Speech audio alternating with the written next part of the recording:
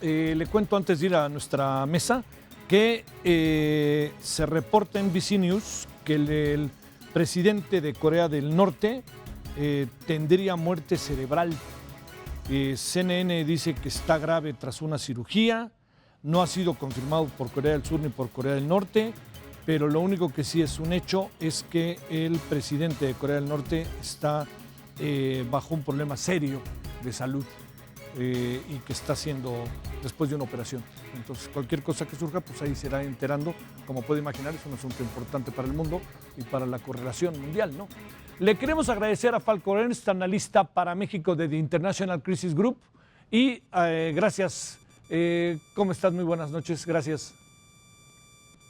Por la invitación. Gracias. Que estábamos viendo ahí que nos escuchara bien además. Y a Eduardo Guerrero, socio director de Lantia Consultores y especialista en seguridad pública. Querido Eduardo, ¿cómo has estado? Muy buenas noches. ¿Qué tal, Javier? Gracias. Todo bien, gracias por la invitación. Gracias a los dos. Eduardo, a ver, te planteo para echar a andar el asunto. ¿Está movido el narco, efectivamente? ¿Está entregando viandas por aquí y por allá? ¿Estamos ante qué en medio de la pandemia en cuanto a estos temas y al tema de seguridad? Pues mira, por lo que tiene que ver al crimen organizado, las cosas, digamos, siguen igual, yo diría, en términos de la operación de cárteles en territorio nacional. Los niveles de violencia siguen igual. Posiblemente algunas organizaciones están aprovechando la coyuntura que tiene que ver con la ausencia de policías, de militares y de marinos en algunas zonas para lanzar algunas ofensivas, para apoderarse de algunos territorios relevantes para el tráfico de drogas y quizás para la extorsión, pero tenemos poca información de eso. Sí. Lo que te puedo asegurar, porque es el monitoreo que hago desde hace mucho tiempo, es que los niveles de violencia están igual. De hecho, hubo un pequeño repunte ahora que se declaró la contingencia sanitaria el 20 de marzo, y que el tema de las despensas que se ha puesto de moda en las redes por la promoción que le han hecho las propias organizaciones al tema, pues tiene que ver justamente con algo que hacen las organizaciones desde hace mucho tiempo, que es fungir en algunos momentos de crisis como benefactores sociales. Lo que quizás es novedoso ahora es que lo están promocionando mucho en redes, están sacando fotos y videos, los están difundiendo, quizás para elevar el impacto mediático y mejorar su imagen. Yo creo que se sienten muy cómodos en la atmósfera actual, digamos, con el gobierno que ha sido bastante tolerante y permisivo con ellos, y pues están marcando su territorio, están mandando el mensaje de que ellos operan ahí, de que no son tan malos como dicen que son, y quizás también, si uno examina los lugares donde están repartiendo las despensas, son espacios donde vemos que recientemente hubo operativos del ejército para erradicar algunos plantíos de droga, o que andan persiguiendo a un líder criminal, y obviamente tener de lado a las comunidades, a la población, les da a ellos un muy buen blindaje, digamos, en los enfrentamientos eventuales que tienen con autoridades estatales o federales. Sí. Falko, ¿cómo ves, Falko, las cosas en este sentido? Un poco como en la misma dinámica, inseguridad, si está metiéndose el crimen organizado, también lo que está pasando en nuestras calles, ¿no, Falko? Sí, así es. Estoy, pues en términos principales, estoy muy de acuerdo con Eduardo. Simplemente que estamos siguiendo a un nivel de manera preocupante, muy alto en términos del conflicto letal que hemos vivido en México ya por las últimas casi 2 décadas, ¿no?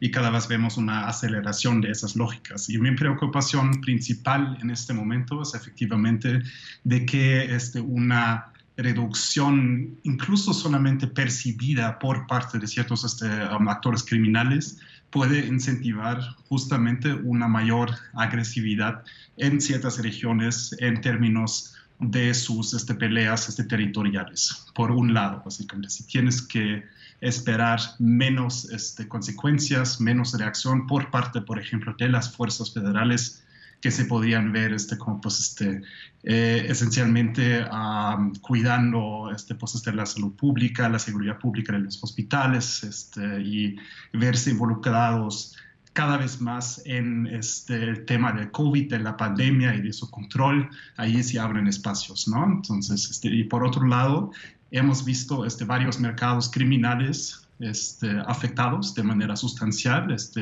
la metanfetamina, por ejemplo, otras sustancias como el fentanilo, que dependen de importaciones de China principalmente, y allá han bajado los ingresos criminales, y lo que podíamos ver es justamente una reorientación a otros territorios y a otras actividades, incluyendo la extorsión. Me está llegando información ahorita de ciertas regiones de que hay esa mayor agresividad territorial por ciertos grupos porque están sufriendo pérdidas y tienen que referenciar sus operaciones para mantenerse a flote, para sobrevivir. Entonces estamos frente a una situación bastante volátil en este momento si el Estado mexicano no sabe bien reaccionar frente a ella. Si el Estado mexicano no reacciona ante ella, la impresión que da, Falco, es que no está reaccionando, ¿no? Por el momento vemos poca reacción, pero allí también en términos como de la estrategia, si la quieres llamar así, tenemos una continuidad en el sentido de que en este sexenio y en los sexenios anteriores no ha habido una estrategia, una definición de estrategias funcionales, obviamente, y ahí estamos viendo esa continuidad al mismo tiempo. Creo que también tenemos que ser cautelosos con lo que pedimos en este momento, porque efectivamente es una prueba muy dura para cualquier Estado a nivel global de reaccionar frente a la pandemia y de mantener sus otras funciones vitales. Y creo que allí como el chiste es justamente mantener el balance para que no salgamos después de la pandemia con una crisis económica muy profunda encima, sí, y con un problema de seguridad más agravado todavía, ¿no? Entonces es un arte de balancear. Eduardo, ¿qué estará pasando o qué presumes que pudiera pasar con muchos jóvenes que se puedan eventualmente quedar en el desempleo? ¿Es tentador este asunto de pasar a la ofensiva en términos de actos delictivos, alguna cuestión de esta naturaleza? ¿Podríamos ir medio teniendo una lectura de lo que pudiera pasar? Pues mira, lo que puede acelerarse con el tema del desempleo es justamente que el reclutamiento criminal crezca, sí, en las próximas semanas. Algo que también puede pasar es que si empieza a haber escasez de bienes, productos de primera necesidad, el tema de los saqueos regrese. Ahorita está muy contenido en el país, hubo una reacción rápida de las policías estatales, especialmente de la Ciudad de México y del Estado de México, ante una ola fuerte de saqueos a fines de marzo, de casi 60 saqueos que se registraron en la zona metropolitana, y después los contuvieron, se anticiparon porque estaban anunciando las convocatorias en redes sociales, trabajaron de manera preventiva y los bajaron a números de un solo dígito. Y algo que puede regresar es que si empieza a haber escasez y empieza a haber hambre, Javier, pues obviamente sí, no van a ser saqueos como los que vimos hace unas semanas en donde participaron 10 o 15 personas. Vamos a ver saqueos de 70, 100, 150 personas en algunas comunidades, en donde van a participar además familias para ir a robarse carne, frutas, verduras a las tiendas de autoservicio. Y aquí quizás en algunos lugares el crimen organizado acompañe a estos contingentes para protegerlos, para custodiarlos, digamos, y además para aprovechar y quizás ellos robar bienes de mayor valor que puedan traducirse rápidamente en dinero líquido para también sobrellevar pagos de sicarios y cosas de estas, ¿no? El crimen organizado mexicano, el de gran escala, Javier, es un crimen muy próspero y tiene, me parece, capacidad para aguantar esta crisis durante varios meses. Pero las células mafiosas locales tienen, digamos, menos colchón y podrían ellas tener una actividad muy intensa en el tema de saqueos junto con las comunidades. Oye, ¿el gobierno deberá tener claro este asunto, Eduardo? ¿Lo estará leyendo o no lo estará leyendo? ¿Qué piensas? Pues mira, he hablado con varios secretarios de seguridad pública y sí traen muy claro el tema de los saqueos, y fue justamente porque reaccionaron de manera rápida y oportuna que lograron contenerlos, sobre todo, como te decía, en el Valle de México, en Puebla, en Oaxaca, en Veracruz, en algunos 4 o 5 estados donde se registraron. Ahorita lo que estoy registrando en mis monitoreos es robo de equipo médico, de medicina. Yo creo que ahí tiene que poner mucha atención la autoridad, justamente porque en los próximos días, pues si algo se va a necesitar, Javier, es eso, ¿no? Que los médicos tengan guantes, las enfermeras tengan cubrebocas y los enfermos tengan medicinas, y se va a volver un bien escaso que tiene que ser muy bien resguardado y protegido por la autoridad. Y si empieza a escasear bienes de primera necesidad, me refiero a huevo, carne, verduras, pues obviamente ahí también tendrán que blindarse todas las tiendas de autoservicio para no ser objeto de saqueos masivos, ¿no? Sí, ahí sí no hay de otra. Falco, pasará, dice el señor Trump que va a impedir la migración, y la razón que da es que quiere proteger el empleo de los ciudadanos estadounidenses. El gran asunto, como siempre, Falco, es si los ciudadanos estadounidenses quieren hacer lo que hacen los migrantes. Pero más allá de ello, ¿pasará algo con nuestras fronteras en este sentido, en el tema de la inseguridad, el tema del tránsito de drogas? ¿Qué estará pasando en este sentido, Falco?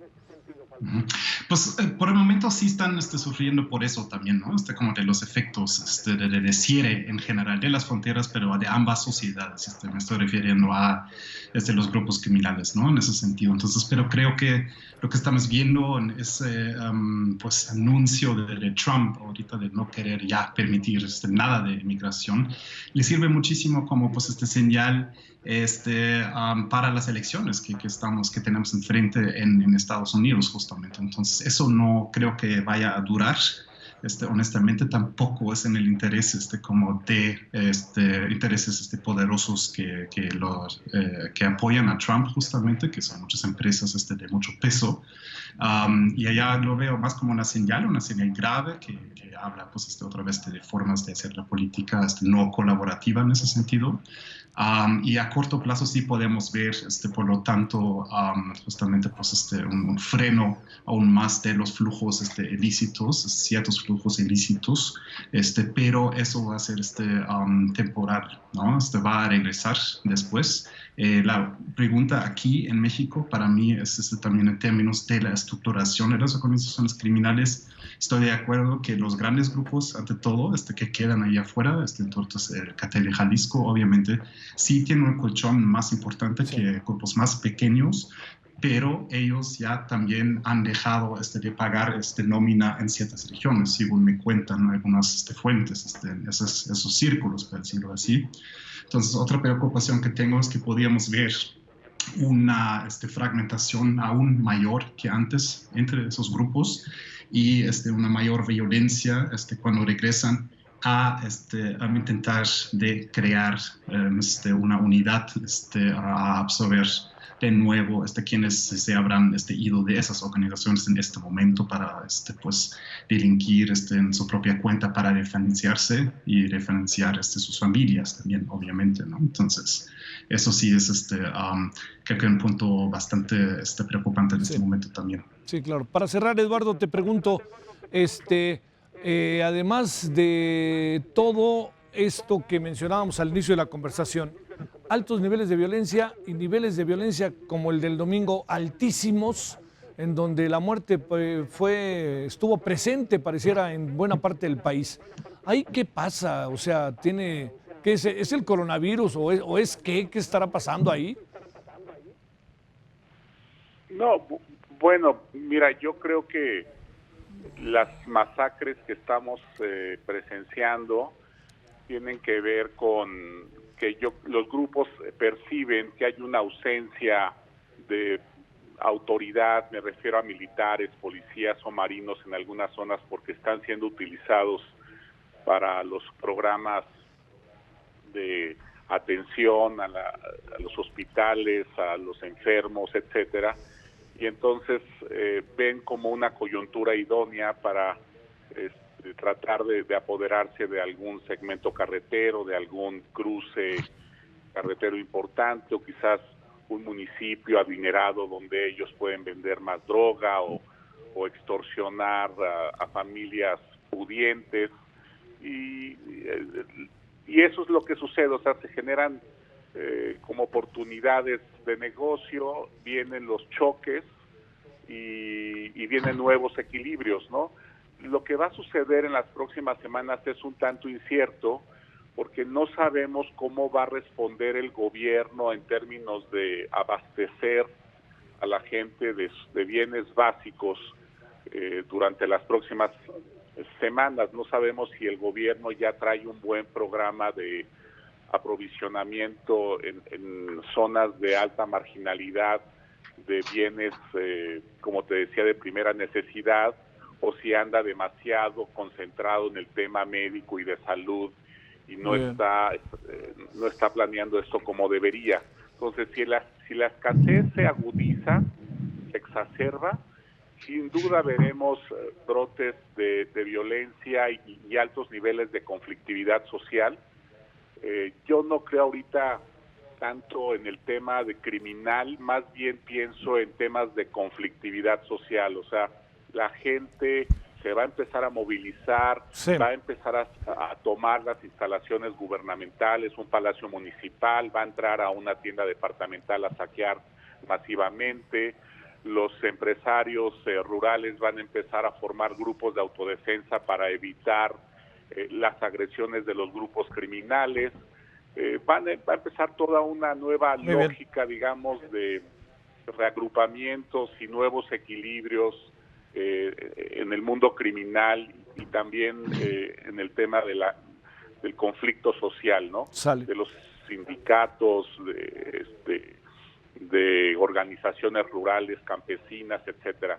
Digamos, ese es un escenario un tanto pesimista. El otro es que este gobierno de izquierda, que si algo sabe hacer es gestionar el conflicto social en territorio y si algo sabe hacer también es repartir, digamos, despensas y bienes de consumo a la gente, al menos la gente que trabaja con el presidente ya lo hizo cuando gobernó la Ciudad de México y muchos son los que mejor conocen el territorio y la gestión de crisis, pues ya tengan un plan armado, lo implementen con relativo éxito y las cosas salgan más o menos salgamos bien librados de la crisis. Muy bien. En los próximos días iremos viendo cuál de los escenarios es el más el que prevalece, ¿no? Sale. Eduardo, muchas gracias. Así es.